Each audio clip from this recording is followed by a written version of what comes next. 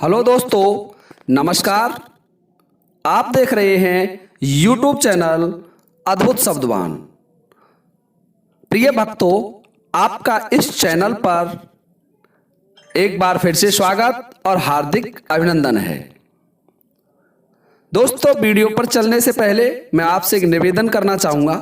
यदि आपने अभी तक हमारे चैनल को सब्सक्राइब नहीं किया है तो कृपया चैनल को सब्सक्राइब जरूर कर लें और सब्सक्राइब बटन के पास में ही छोटा सा एक बेल आइकन होता है, उसे भी प्रेस कर लें।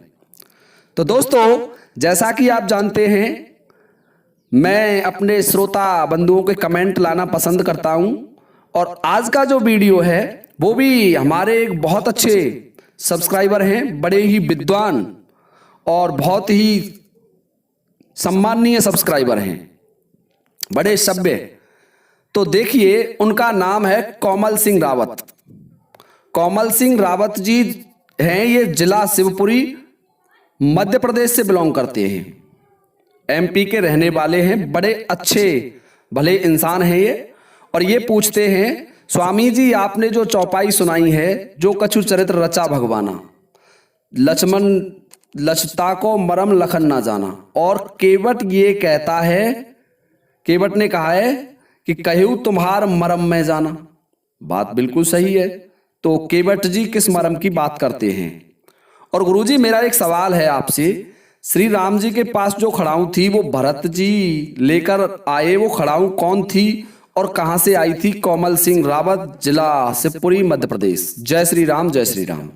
तो भाई कोमल सिंह रावत जी, मैंने आपके इस प्रश्न को काफी खोजा, लेकिन इसका कहीं मुझे प्रमाण तो मिला नहीं है। परंतु मैंने बड़े बड़े दो संतों से दो अलग अलग कथाएं सुन रखी हैं और मैं आज आपको उन दो कथाओं को सुनाता हूं।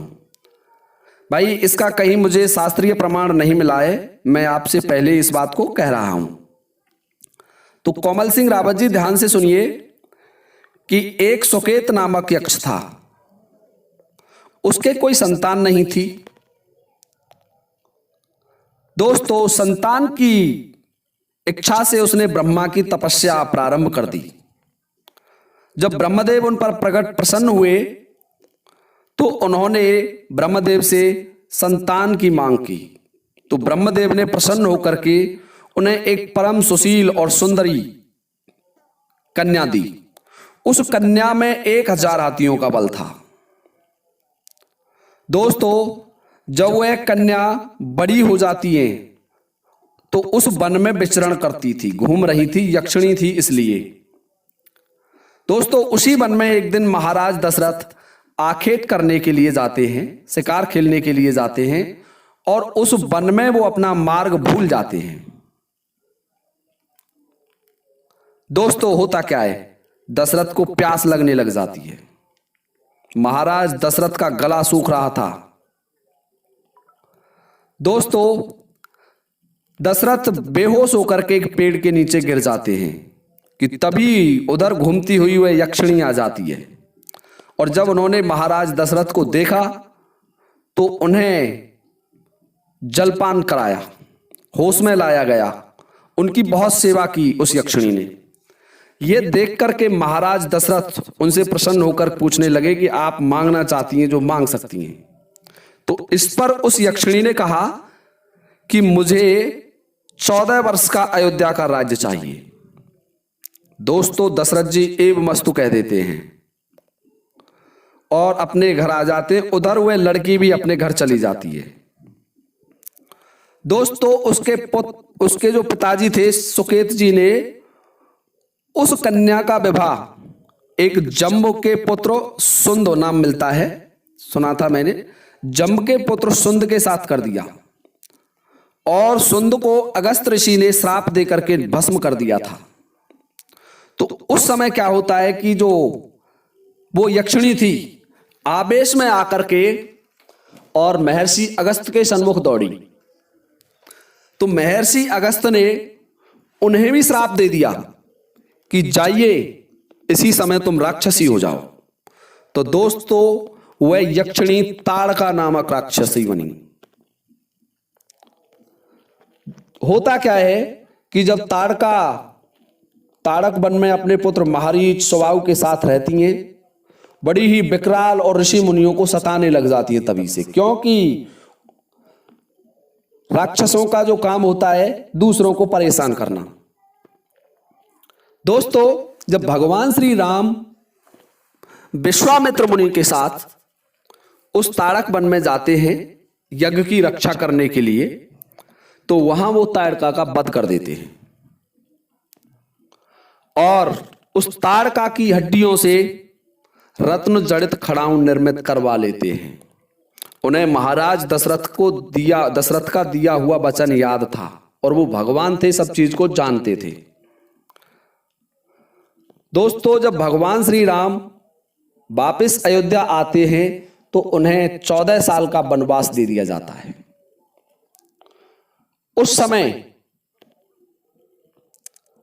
जब भरत जी उनसे मिलने जाते हैं तो देखिए यहां दो बात चलती है। कुछ कहते हैं कि खड़ाऊ भरत लेकर के गए थे और भगवान राम ने उन पर पैर रखे, परंतु जो रामायण में लिखा हुआ है वो मैं आपको पढ़ के सुना रहा हूं। रामायण में लिख रहा है, प्रभु कर कृपा पामरी दीनी, सादर भरत शीस धर लीनी। अर्थात भगवान श्री राम ने कृपा करके उन्हें प्रसाद के रूप में खड़ाऊ दी और जो भरत ने सहर्षि अपने शीश पर रख ली, सादर आदर सहित रखी। दोस्तों, भगवान श्री राम जानते थे कि ये खड़ाऊ अब 14 वर्ष का राज्य करने वाली हैं। जी हां दोस्तों, तो दोस्तों इसलिए भगवान श्री राम ने उनको खड़ाऊ दी थी। उन खड़ाऊओं को लेकर के भरत जी अयोध्या आ जाते हैं और उन खड़ाऊओं को अपने राज्य सिंहासन पर विराजमान कर देते हैं। हालांकि राज्य का संचालन तो भरत जी ने किया, परंतु उन खड़ाऊओं की सलाह से राज्य का संचालन किया था। ऐसे बताते हैं कि वे बोलती थी खड़ाऊ, भरत को उचित सलाह भी उन्हीं से मिलती थी।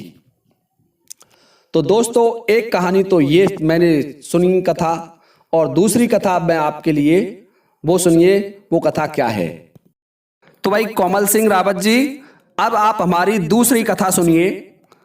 दूसरी कथा है कि एक समय विष्णु भगवान के चरणों से 2 गण पैदा हुए, जिनमें एक का नाम था ऋतु और दूसरे का नाम था ऋतिक। दोनों गण भगवान श्री हरि विष्णु की बड़ी सेवा करते थे। जब बहुत ज्यादा सेवा उन्होंने की तो श्री हरि विष्णु ने उनसे कहा कि हे वत्स, तुम वर मांगिए, मैं तुम्हें वरदान देने के लिए तैयार हूं। तो दोस्तों, उन्होंने क्या कहा था कि हमें आपका जो सिंहासन है वो 14 वर्ष के लिए, कुछ समय के लिए उस पर बैठने की अनुमति दीजिए प्रभु। तो इस पर श्री हरि विष्णु कहते हैं कि इस समय तो मैं आपको अनुमति नहीं दे सकता, परंतु त्रेता युग के अंत में जब मैं श्री राम का अवतार धारण करूंगा, उस समय तुम मेरे सिंहासन पर दोनों विराजमान रहोगे। तो दोस्तों, होता क्या है कि एक समय महर्षि नारद उधर जब उस बैकुंठ लोक में घूमने जाते हैं तो वो दोनों गण उन्हें रोक देते हैं। इस पर नारद जी क्रोधित होकर के उन्हें श्राप दे देते हैं कि जाइए, तुम दोनों जड़ हो जाओ। उन्होंने महर्षि की कोई बात थी उसको सुना नहीं। दोस्तों, वो उसी समय दोनों अरण्यक वन में 2 वृक्ष बन गए, दोनों चंदन के वृक्ष बन गए। जी हां दोस्तों, होता क्या है कि वहां जो भीलों के राजा थे, निखाद राज के पूर्वज, उनका नाम तो नहीं है मुझे पता, तो उन्होंने उन पेड़ों को कटवा दिया और कटवाने के बाद उन दोनों में से खड़ाऊ बनवा दी। दोस्तों, होता क्या है कि एक समय वो खड़ाऊ बहुत सुंदर थी, चंदन की लकड़ी से निर्मित थी।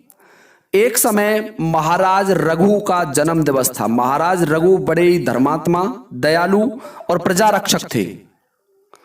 तो दोस्तों, जब रघु का जन्म था तो उनको सभी देवतागण, प्रजाजन और मंत्री उपहार दे रहे थे।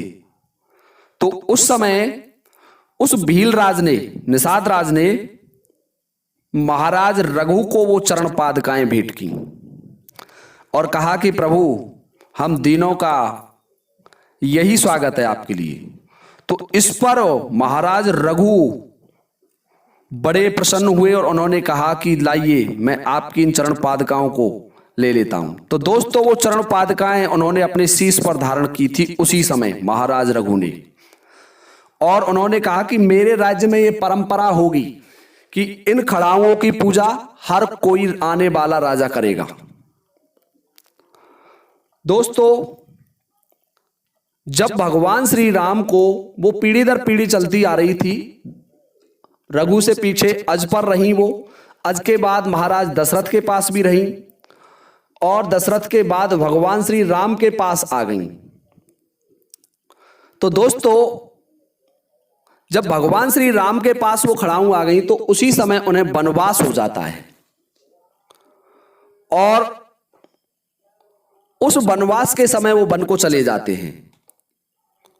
तो दोस्तों, एक मैं संस्कृत का श्लोक वाल्मीकि रामायण का बोल रहा हूं कि अधिरोहार्ये पाद्याभ्याम पादुके हेम भूषिते एते ही सर्वलोकस्य योगक्षेमं विधास्यते। अर्थात भरत जी कहते हैं, आर्य, ये 2 सुवर्ण भूषित पादुकाएं आपके चरणों में अर्पित हैं, आप इन पर अपना चरण रखें, यही संपूर्ण जगत के योगक्षेम का निर्वाह करेंगी, अर्थात मेरे राज्य संचालन में मेरा साथ देंगी। तो दोस्तों, भरत जी उन खड़ाओं को लेकर के आ जाते हैं वापस अयोध्या, और वो दोनों जो भगवान श्री हरि विष्णु के गण थे, उन दोनों को 14 वर्ष का राज्य भोगने का सुख प्राप्त हुआ। जी हां दोस्तों, एक कथा ये भी मैंने सुनी है, इसका भी मेरे पास कोई प्रमाण नहीं है। तो दोस्तों, भाई कोमल सिंह रावत जी, आपके काफी कमेंट्स आ रहे थे, उनके जवाब में मेरे पास केवल ये 2 कथाएं हैं। इनका मेरे पास कोई शास्त्रीय प्रमाण तो है नहीं, जो मैंने पूर्व में सुन रखी थी उनको सुनाया। हालांकि मैं इस चैनल पर ज्यादातर कथाएं प्रमाणिक सुनाना पसंद करता हूं, परंतु आज की दोनों कथाएं प्रमाणिक नहीं है। तो भाई, आप ये भी मान सकते हैं कि ये कथाएं हैं जो इनका कोई प्रमाण नहीं है, दंत कथा भी हो सकती हैं। तो भाई कोमल सिंह रावत जी, मैंने आपके प्रश्न का जवाब देने का प्रयास किया जैसा मुझसे आता था। तो मैं और दोस्तों से भी निवेदन करूंगा, मेरे जो सब्सक्राइबर बंधु हैं, भाई आपके भी कमेंट आते हैं, पर एक बात ध्यान रखें, आप कमेंट को सही से लिखा करें और हिंदी भाषा में जहां कॉमा लगाना होता है वहां कॉमा लगाएं और फुल स्टॉप लगाना होता है वहां फुल स्टॉप लगाएं और सही लिखें ताकि आपके जवाब दिए जा सकें। तब तक के लिए जय हिंद, जय भारत।